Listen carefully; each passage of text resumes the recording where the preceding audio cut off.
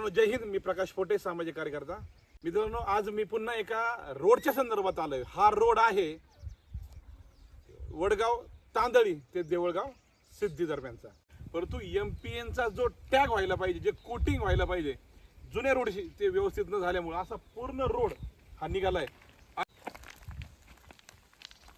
या ठिकाणी हे पूर्ण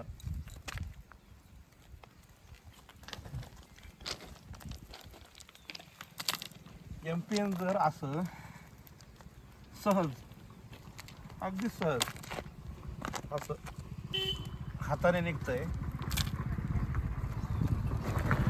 अगदी सहज हाताने निघतंय.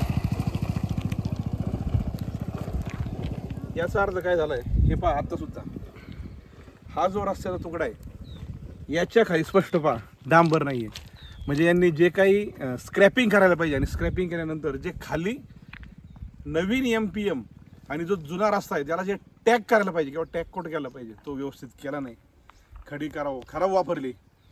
आणि मला असं वाटतं की ह्या रोडसाठी साधारण 4-4.5 किलोमीटरसाठी 5-5.5 कोटी रुपये असतील.